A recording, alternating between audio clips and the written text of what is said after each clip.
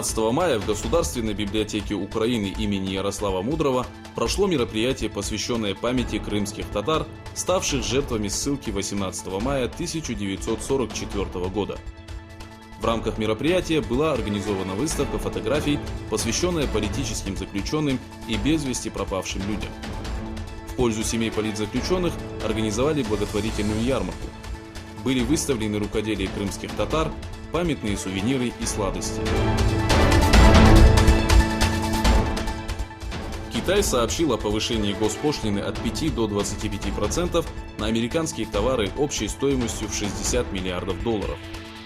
Китайская комиссия по контролю налогов и тарифов заявила, что после того, как Соединенные Штаты Америки повысили налоговую ставку на китайские товары с 10 до 25%, Пекин принял решение ответить Соединенным Штатам Америки взаимностью.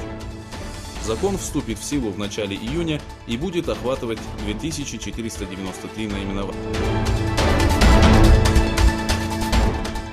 Объявивший себя временным лидером Венесуэлы Хуан Гуайдо попросил помощи у Соединенных Штатов Америки.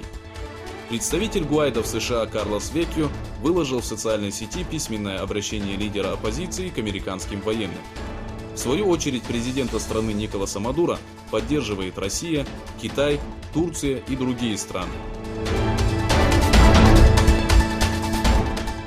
Официальные источники Бельгии сообщили, что пересмотрят вопрос поставки оружия в Саудовскую Аравию.